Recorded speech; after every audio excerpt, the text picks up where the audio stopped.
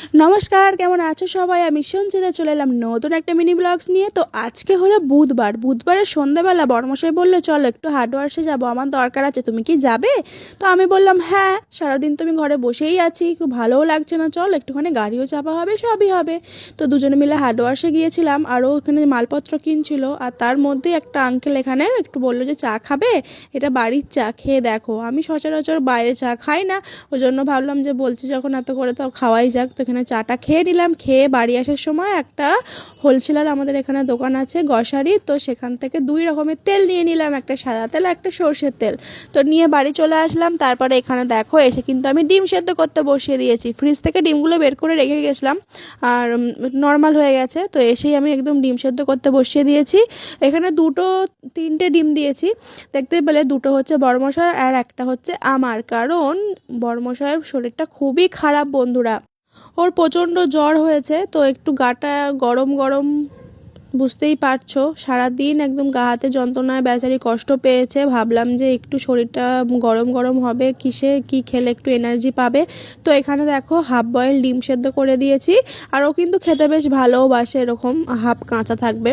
তো এখানে করে দিলাম, ও খেয়ে নেবে আর আমি একটা খেয়ে নেব, কারণ এমনিতেই মানে আমার ওয়েট বেড়ে যাচ্ছে, তার মধ্যে যদি এরকম 2টো 3টে 4টে করে ডিম খাই, আবার চাউমিন নয়, এটা ম্যাগি।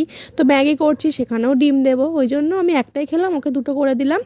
আর এই দেখো এখানেও কিন্তু আমি ডিম দিয়েছি। আমার কিন্তু ম্যাগিটা পুরো কমপ্লিট।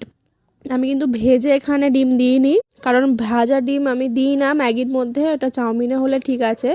তো এখানে যখন রেডি হয়ে গেছে পুরোটা, তার ওপরে আমি কাঁচা ডিমটা ভেঙে দিয়ে দিয়েছি। তারপর একটু একটু করে নাড়তে নাড়তে দেখো এইরকম পুরো সুন্দর মিশে গেছে। আর আমি কিন্তু এখানে বিনস আর গাজর, কাঁচা লঙ্কা, পেঁয়াজ এইসব দিয়েই করেছি। প্রথমে ভেবেছিলাম যে চাউমিনের মতো করব, কিন্তু শুকনো শুকনো করব না, ও একটুখানি স্যুপ খেতে চায়, একটু স্টু খেতে চায়, তো তাই জন্য একটু ঝোলঝোলই করলাম। তো দেখো দুজনে কিন্তু এখানে খেতে বসে পড়েছি। এবার ও মানে শরীরটাও তো একটু খারাপ, ওই জন্য ওর মনটাও খারাপ, বলছে এরকমভাবে ভিডিও করছো, আমার মুখ ফুক তো একদম শুকনো হয়ে গেছে। আমি কী আছে তাতে, করছি তো, তুমি খেয়ে নাও, আমিও খেয়ে নিই, একটু আস্তে ধীরে খাই, খেয়ে দে। এবার ও এমনিতেও হাঁপিয়ে যাচ্ছে, মানে কথা বলতে ভাল লাগছে না, হাঁপিয়ে যাচ্ছে এরকম হচ্ছিলো। কিন্তু কাজের জায়গা বুঝতেই তো পারছো, কাজে যেতে হবে, তো তাই জন্য একটু হার্ডওয়ার্সে গিয়েছিলাম আর কি, নাহলে ওকে নিয়ে বাইরে বেরোনো এই সময় ভালোও লাগছিল না।